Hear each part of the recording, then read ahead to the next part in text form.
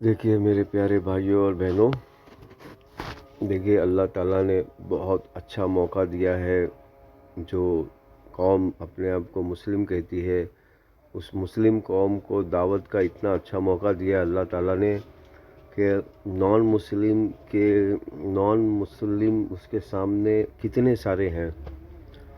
लेकिन अल्हम्दुलिल्लाह थोड़ी सी अगर वो समझ पैदा करे और थोड़ा सा लैंग्वेज सीखे, क्योंकि लैंग्वेज बहुत ज़रूरी है सीखना, क्योंकि सामने वाला अगर संस्कृत समझता है तो आपको संस्कृत समझना बहुत ज़रूरी है। अगर आप संस्कृत समझेंगे और उन्हें संस्कृत का जो एहसास है वो समझाएंगे तो इंशाअल्लाह अज़ीज़ आप देखेंगे कि कई लोग अमल कर, क्योंकि इंसान के अंदर अमल करने की वो शक्ति है और वो मादा है, लेकिन थोड़ा सा चीज़ों को नहीं समझने की वजह से, लैंग्वेज बैरियर की वजह से समझ नहीं पाता है।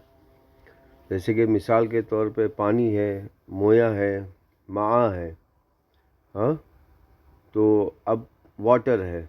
अब एक आदमी जो है उसी पानी के लिए लड़ रहा है, कोई कह रहा है नहीं वाटर मुझे चाहिए, आपको वाटर नहीं कहना है, मैं ही कहूँगा वाटर। इस तरह की जो है बचकाना लड़ाई या बचकाना तासुब का सबब बनते जा रहा है।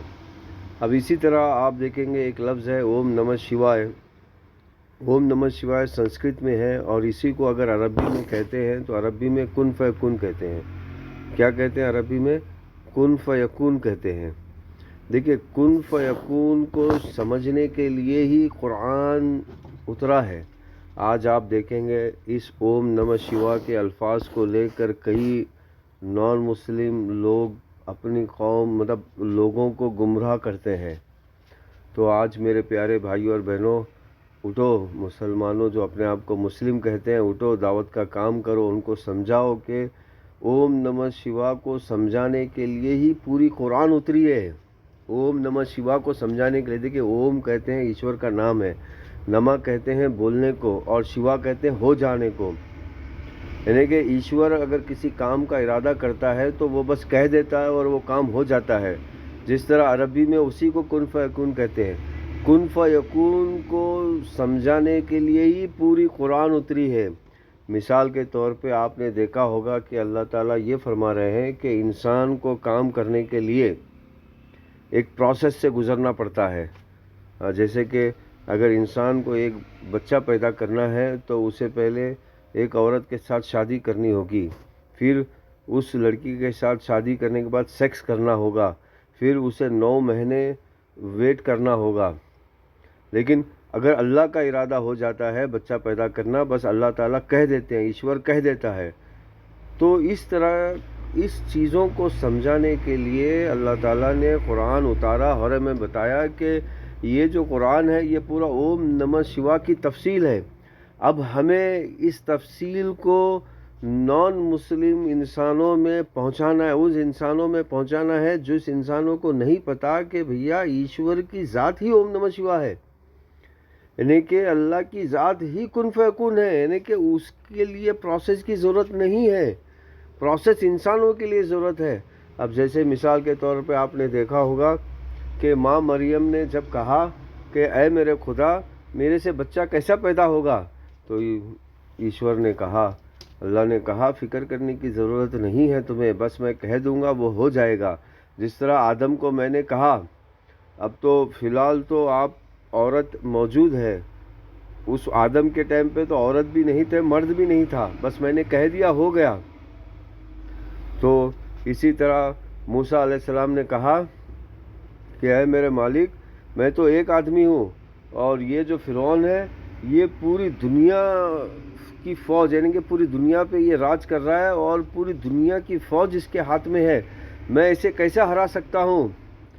तो ईश्वर ने कहा, अल्लाह ताला ने कहा कि बस मैं कह दूंगा वो हो जाएगा, बस तुम्हें मेरी बात सुनना है, मुझ पे यकीन करना है। अब सेम टू सेम जो मूसा अलैहिस्सलाम का वाक़या है, अगर आप देखेंगे श्री राम को, अगर आप देखेंगे श्री कृष्ण को, अगर आप देखेंगे श्री पांडव को, इसी तरह का मामला है। तो मेरे प्यारे भाइयों और बहनों, ये जो कुरान है یہ اوم نمः شیوا کی تفصیل ہے. آپ اٹھیے اور جائیے اپنے نان مسلم بھائیوں میں سمجھائیے انہیں کہ بھیا کہ آپ کو کسی مسئلے سے ڈرنا نہیں ہے, آپ کو بس ایشور سے لو لگانا ہے, آپ کو ایشور پہ آستھا رکھنا ہے, آپ کو ایشور کی پوجا کرنا ہے, آپ کو ایشور کی بات سننا ہے. اگر آپ ایشور کی بات سنیں گے تو ایشور آپ کے پرابلم کو اس طرح سالو کر دے گا جیسے کہ اوم نمः شیوا, بس وہ بولے گا پرابلم سالو ہو جا, پرابلم سالو ہو جائے گی. اب دیکھیے چاقو کا کام ہے کاٹنا, لیکن اللہ تعالیٰ نے کہا کہ اسماعیل علیہ السلام کو چھوڑ دو, اسماعیل علیہ السلام کو نہیں کاٹے تو چاقو نے نہیں کاٹا.